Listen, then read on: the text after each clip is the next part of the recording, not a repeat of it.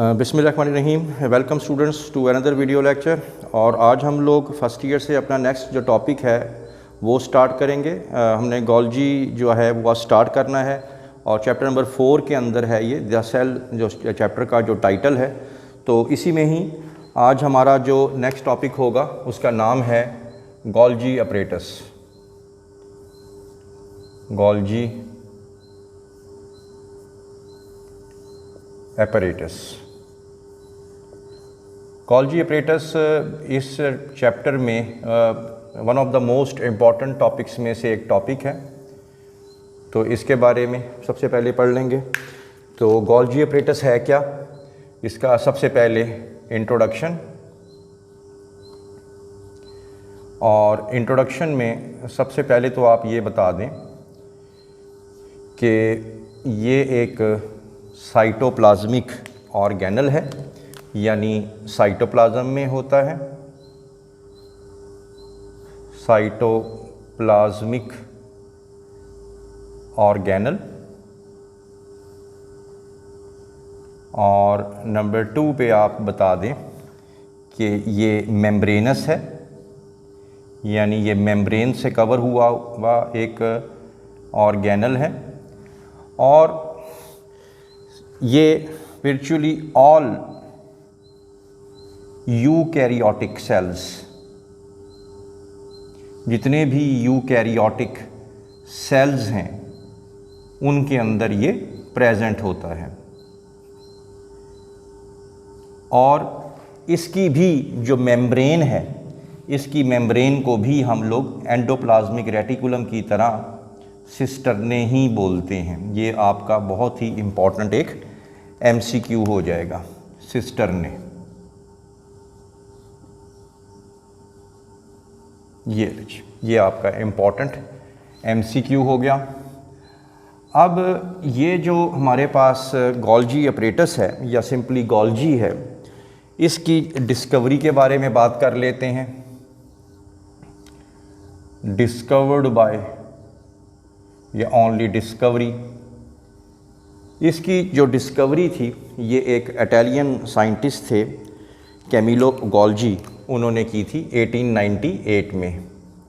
1898 में इटालियन थे ये,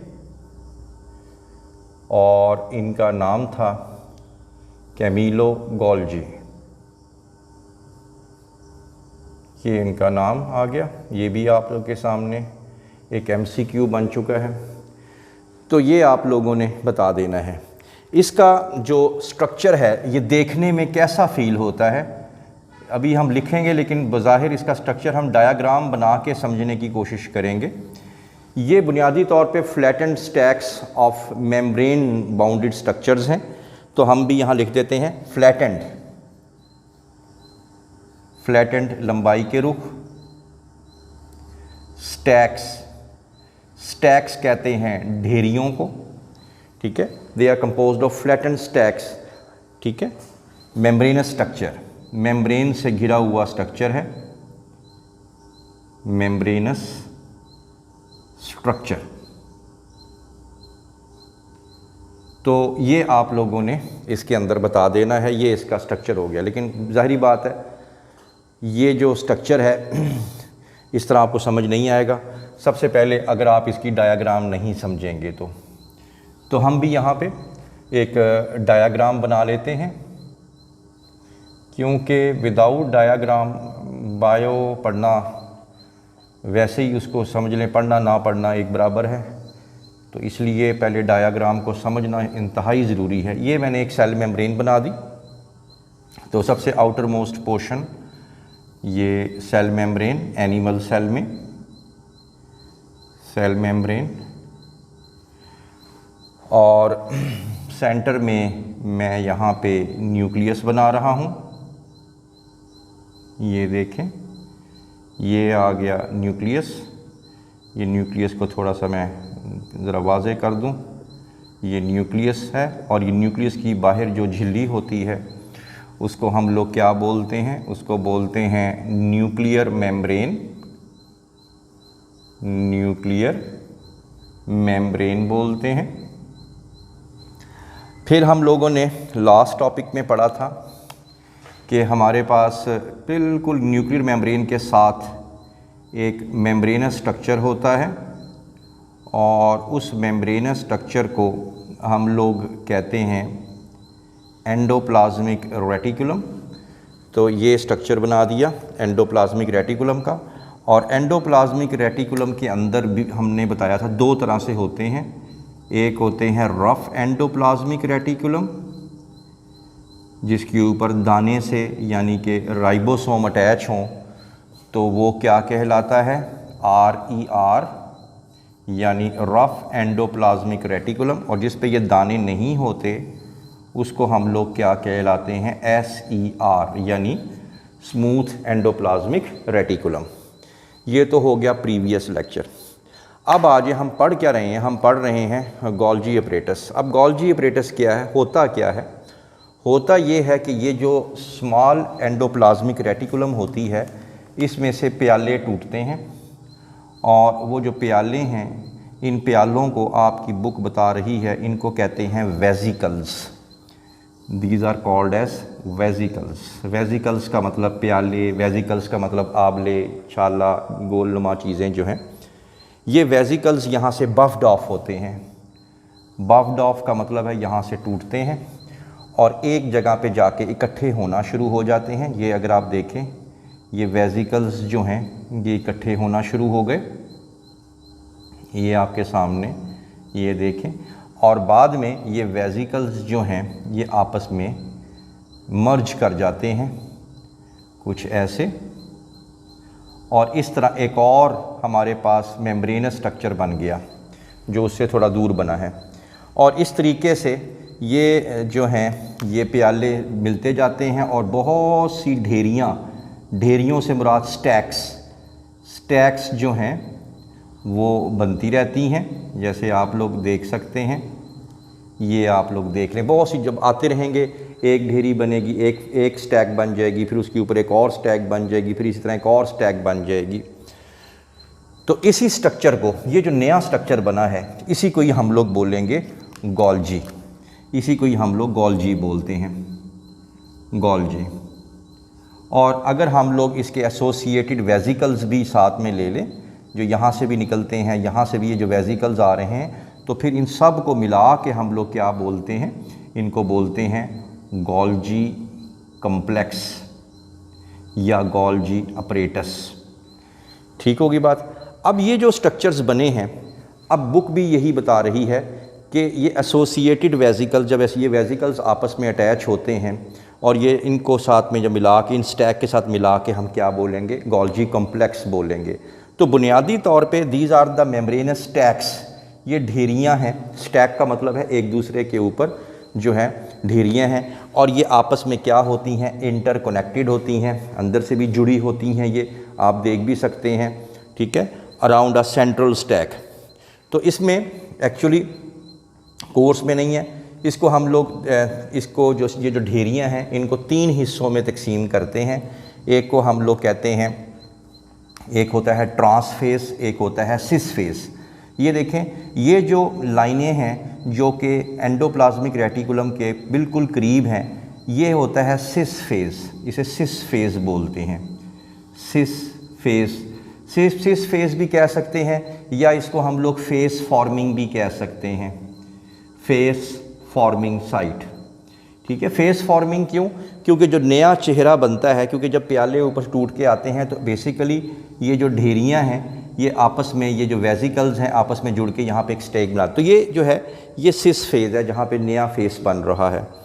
ये जो हिस्सा है, ज़ाहिर पता जब एक फेस बनेगा तो उसके ऊपर दूसरा आ जाएगा, फिर तीसरा आ जाएगा, तो करते करते जो सबसे निचली जो स्टैक होगी, सबसे नीची जो ढेरी होगी, ये सबसे पुरानी होगी, और जो सबसे नई वाली होगी वो सबसे ऊपर होगी। जो सबसे ऊपर वाली हैं उनको हम लोग क्या बोलेंगे, सिस फेस, और जो दूर वाली हैं उनको हम लोग क्या बोलते हैं, उनको बोलते हैं ट्रांसफेस। सिस का मतलब होता है नियर। नियर, ये क्यों नियर कहा गया है? क्योंकि ये एंडोप्लाज्मिक रेटिकुलम के बिल्कुल नियर होती हैं। ट्रांस का मतलब होता है फार्दर, दूर होना। इसको ट्रांस क्यों कहा गया है? क्योंकि ये एंडोप्लाज्मिक रेटिकुलम से क्या है, दूर हैं। इसको हम लोग ट्रांसफेस भी कहते हैं, और फेस मैच्योरिंग भी कहते हैं, फेस मैच्योरिंग। तो इसको आप लोग जो मर्ज़ी नाम दे दें, ट्रांसफेस या आपके कोर्स में वैसे फेस मैच्योरिंग है। भाई सिंपल सी बात है, उधर से वेसिकल्स आ रहे हैं, पहले एक ढेरी बनी, फिर उसके बाद दूसरी बनी, उसके बाद तीसरी बनी, तो करते करते जो नीचे जाती जाएगी वो पुरानी होती जाएगी, वो फेस मैच्योरिंग हो जाएगी। और जो ये है सिस फेस, वो जो है उसको हम लोग क्या बोलेंगे, वो है फेस फॉर्मिंग, क्योंकि नया चेहरा यहाँ बनता है। इसको हम लोग ये भी कह सकते हैं, ये आउटर पोर्शन है, आउटर, और ये जो चेहरा है ये कौन सा होगा, इनर। तो हम दोबारा से रिपीट करते हैं कि द आउटर सिस्टर्ने जो हैं वो क्या कहलाते हैं, सिस फेस या फेस फॉर्मिंग, और जो इनर हैं उनको हम क्या कहते हैं, उन्हें हम ट्रांस फेस या फेस मैच्योरिंग कहते हैं। एक और एमसीक्यू, आउटर फेस जो है वो कॉन्वेक्स होता है, कॉन्वेक्स आप देख सकते हैं, ये कॉन्वेक्स है, और जो इनर है वो क्या होगा, वो होगा कॉनकेव, वो कॉनकेव होगा।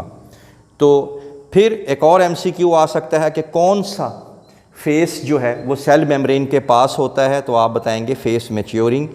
या आपसे ये पूछा जा सकता है कि फेस मैच्योरिंग या जो फेस फॉर्मिंग है उनमें से किसका रुख जो है वो सेल मेम्ब्रेन की तरफ होता है, तो आप बता सकते हैं कि जी ये जो हमारे पास फेस जो मैच्योरिंग है उसका जो है वो सेल मेम्ब्रेन की तरफ होता है।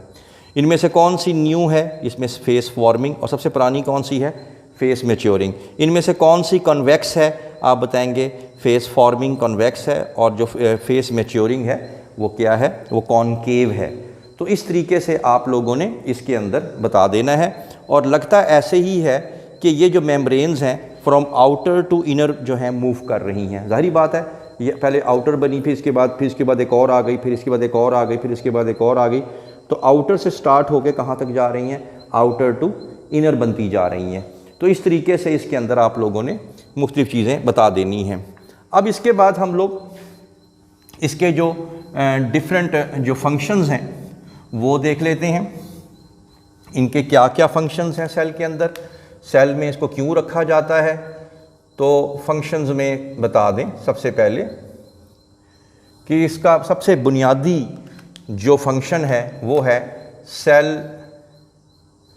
सेक्रीशंस में, सेल सेक्रीशंस में। अब वो कैसे जी, सेल सेक्रीशंस में कैसे होगा, असल में होता ये है, अगर आपको याद हो कि ये हमारे पास एंडोप्लाज्मिक रेटिकुलम था, रफ एंडोप्लाज्मिक रेटिकुलम, और यहाँ पे क्या चीज़ बनती है, प्रोटीन्स। याद आ गया, प्रीवियस लेक्चर में पढ़ा था। फिर ये प्रोटीन्स कहाँ आ जाते हैं, स्मूथ में आ जाते हैं, एंडोप्लाज्मिक। फिर ये इसके बाद ये यहाँ पे इस प्याले के ज़रिए ये प्रोटीन्स बाहर निकल आते हैं, वेसिकल्स। उसके बाद ये प्याले जब इसमें आते हैं तो ये एक ऐसी फैक्ट्री है, इसके साथ जो है मुख्तलिफ़ चीज़ें जोड़ दी जाती हैं। मिसाल के तौर पे प्रोटीन्स के साथ यहाँ पे, प्रोटीन के साथ यहाँ पे क्या जोड़ दिया जाता है, कार्बोहाइड्रेट्स जोड़ दिए जाते हैं, कार्बोहाइड्रेट्स।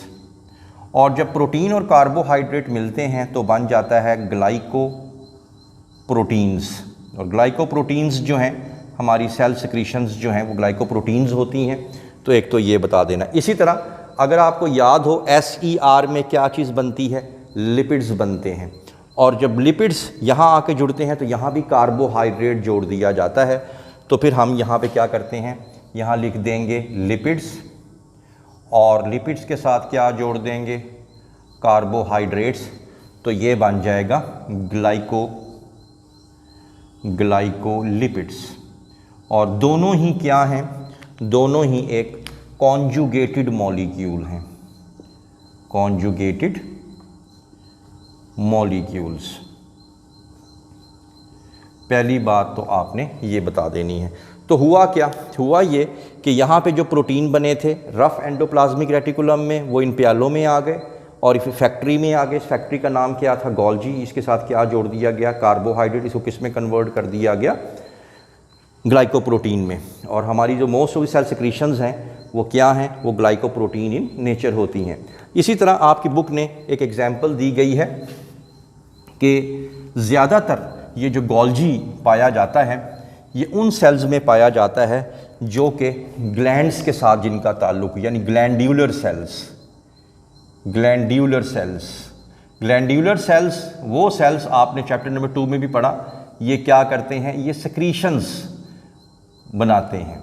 अब हुआ क्या, हुआ ये यहाँ से प्रोटीन चला, इधर पहुँचा, इधर कार्बोहाइड्रेट अटैच हो गई, अटैच होने के बाद ये बन गया ग्लाइकोप्रोटीन्स। अब यहाँ से जब फैक्ट्री में से तैयार हो जाएगा तो फिर यहाँ से प्याले निकलेंगे, फिर यहाँ से प्याले निकलेंगे। अब प्याले कहाँ से निकल रहे हैं, फेस मैच्योरिंग साइड से। और इन प्यालों के अंदर अब क्या चीज़ मौजूद है, इसके अंदर ग्लाइकोप्रोटीन्स जो हैं इन प्यालों में मौजूद हैं, ग्लाइकोप्रोटीन्स। और अब इन प्यालों को सेल से बाहर निकाल दिया जाता है। और आपकी बुक भी इसको यही लिख रही है कि these are the granules containing the enzymes. Granules कहते हैं दानेदार चीज़ों को, यानी इन प्यालों को कह रहा है वो। और इसमें से क्या होगा, इनमें से ये बाहर निकल आएंगे और बाहर निकलने के बाद इस प्याले के अंदर अब क्या है, these are the granules containing the enzymes. और जो पेंक्रियाज से जो ये दाने से निकलते हैं और ये दाने फिर आपके कहाँ पहुँच जाते हैं, ये पहुँच जाते हैं स्मॉल इंटेस्टाइन में, स्मॉल इंटेस्टाइन में। और स्मॉल इंटेस्टाइन में ये प्याले पहुँच के ओपन हो जाते हैं। और ओपन होने के बाद ये क्या करते हैं, ये डाइजेशन, खुराक के हज़म होने में हमारे लिए क्या होते हैं, हेल्पफुल होते हैं। तो एक तो आप लोगों ने बता दिया कि गोल्जी का पहला फंक्शन क्या है कि सेक्रीशंस का, दूसरा फंक्शंस क्या बता दिया कि ये कॉन्जुगेटेड मॉलिक्यूल्स बनाते हैं, इनडायरेक्टली ये वो सेक्रीशंस में ही आ जाएगा। इसके अलावा एक बहुत ही इम्पॉर्टेंट बात कि जितने भी ऑर्गेनल्स हैं जैसे कि लाइजोसोम्स, ये आगे पढ़ेंगे अभी हम लोग, परऑक्सीसोम्स एंड ग्लाइऑक्सीसोम्स, ये सारे ऑर्गेनल्स अभी आगे आ रहे हैं। ग्लाइऑक्सीसोम्स ये सारे के सारे कहाँ से ओरिजिनेट होते हैं, ये भी ओरिजिनेट होते हैं किससे, फ्रॉम गोल्जी। ये एक और MCQ हो गया आप लोगों का, फ्रॉम गोल्जी, और ये गोल्जी से ही प्रोड्यूस होते हैं। फिर इसके अलावा एक बहुत ही इम्पॉर्टेंट फंक्शन, ये आपके कोर्स में तो नहीं है लेकिन फेडरल के कोर्स में है, कि ये जो है, ये जब प्लांट सेल डिवाइड होता है और ख़ास तौर पे जब साइटोप्लाज्म डिवाइड होता है, जिसको हम कहते हैं साइटोकाइनेसिस, साइटोकाइनेसिस कहते हैं साइटोप्लाज्म के डिवाइड होने को। तो ये एक स्ट्रक्चर बनाता है जिसे कहते हैं फ्रैगमोप्लास्ट, फ्रैगमोप्लास्ट बनाता है। और ये फ्रैगमोप्लास्ट जब स्ट्रक्चर बन जाता है तो ये फ्यूचर की नए सेल की जो नया जो प्लांट सेल है उसकी सेल वॉल बनाने में हेल्पफुल होता है। ये मैं इसको एक्सप्लेन नहीं कर रहा क्योंकि पूरा एक फिनोमेना है इसका, सिर्फ आप लोग एंटी टेस्ट के लिए आगे इसको याद रखें कि हमारा जो गोल्जी है ये प्लांट सेल के अंदर क्या करता है, ये एक स्ट्रक्चर बनाता है। कब बनाता है, जब प्लांट सेल माइटोसिस करके किस स्टेज पे होता है, डिवीजन ऑफ साइटोप्लाज्म यानी साइटोकाइनेसिस कर रहा होता है, उस टाइम ये एक स्ट्रक्चर बनाता है फ्रैगमोप्लास्ट। ये फ्रैगमोप्लास्ट क्यों ज़रूरी है, ताकि जो नया सेल बना है वो सेल वॉल जो है वो बना सके। तो ये आप लोगों ने इसमें टॉपिक बता देना है। I hope that you have understood the lecture today. For more interesting videos please stay connected with us. Thank you very much.